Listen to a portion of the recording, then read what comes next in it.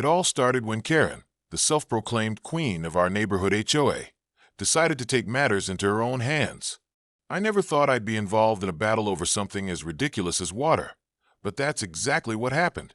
It began on a quiet Tuesday afternoon. I was sitting at home when I received an emergency call from the hospital. The NICU, the neonatal intensive care unit, had been running out of water due to a massive disruption in the plumbing system. And the reason? Karen.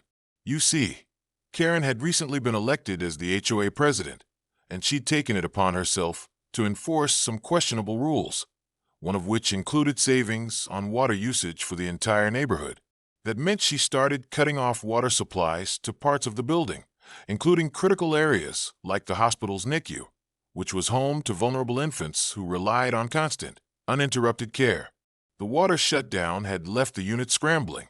I was furious, not just at the ridiculousness of the situation, but at how Karen's lack of empathy had put lives at risk. These babies needed water for basic care, feeding tubes, cleaning, and most importantly, hydration. Without it, their survival was jeopardized. I couldn't let this stand. I knew I had to act fast, and that's when I had an idea.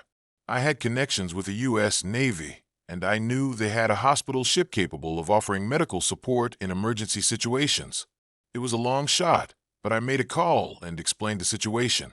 Within hours, a massive Navy hospital ship, the USNS Mercy, was en route. The ship wasn't just a floating hospital.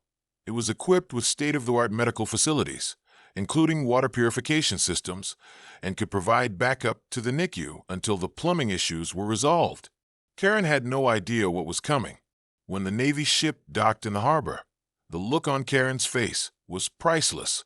She had no idea she was about to face the wrath of not just the community, but the full force of a military operation. The Navy set up a temporary water supply for the NICU, ensuring that no child would go without the care they needed. As for Karen, well, let's just say she learned a valuable lesson that day. Never underestimate the power of a determined parent and the U.S. Navy.